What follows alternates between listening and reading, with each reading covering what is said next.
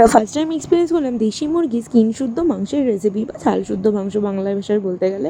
পেঁয়াজ, আদা, রসুন, টমেটো সবটাই ভেজে তারপরে বেটে নিয়েছিলাম, কারণ একটু এভাবে করলে গ্যাস অম্বলটা কম হয়। বাঙালির তো ঘরে ঘরে গ্যাস অম্বল, তোমরা একবার এভাবে ট্রাই করে কিন্তু দেখতে পারো। রসুনের ঢেক বা গন্ধ, যেটা আর কি মাংসে একটা উটকো গন্ধ বেরোয়, সেটা কিন্তু থাকে না।